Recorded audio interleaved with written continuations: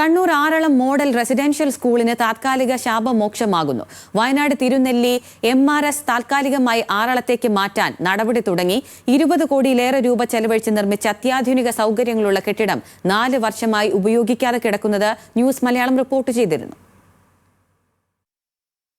2021 Aralam model residential school കെട്ടിട നിർമ്മാണം പൂർത്തിയാക്കുന്നത്. പട്ടികജാതി വകുപ്പിന്റെ കീഴിൽ കിഫ്ബി ഫണ്ടിൽ നിന്നും 17,29,23,518 രൂപ ചെലവിട്ടായിരുന്നു നിർമ്മാണം. 93,967 ചതുരശ്ര അടി വിസ്തൃതിയുള്ള സ്കൂൾ കെട്ടിടത്തിനു പുറമെ ആൺകുട്ടികൾക്കും പെൺകുട്ടികൾക്കുമുള്ള ഹോസ്റ്റൽ സൗകര്യം, സ്റ്റാഫ് ക്വാർട്ടേഴ്സ്, ക്യാന്റീൻ, പാർക്കിംഗ് തുടങ്ങിയവയും ഒരുക്കിയിരുന്നു. എന്നാൽ കെട്ടിടം വിദ്യാഭ്യാസ വകുപ്പിന് കൈമാറുന്നതുൾപ്പെടെ സാങ്കേതിക കാര്യങ്ങൾ മുന്നോട്ടു പോയില്ല. 2024 അധ്യയന വർഷം ആറളം MRS പ്രവർത്തനം ആരംഭിക്കുമെന്ന് മുഖ്യമന്ത്രി ഉറപ്പ് നൽകിയിരുന്നെങ്കിലും പഴയ സ്ഥിതി തുടർന്നു. ആനത്താരയിൽ കെട്ടിടം നിർമ്മിച്ചതും തിരിച്ചടിയായി. ഇതോടെ 4 വർഷം കെട്ടിടം ഉപയോഗശൂന്യമായി കാടുകയറി കിടക്കുകയാണ്. തിരുനെല്ലി MRS കെട്ടിടം പുതുക്കി പണിയുന്നതിനു വേണ്ടിയാണ് അവിടെ നിന്നും സ്കൂളിന്റെ പ്രവർത്തനം ആറളത്തേക്ക് മാറ്റുന്നത്.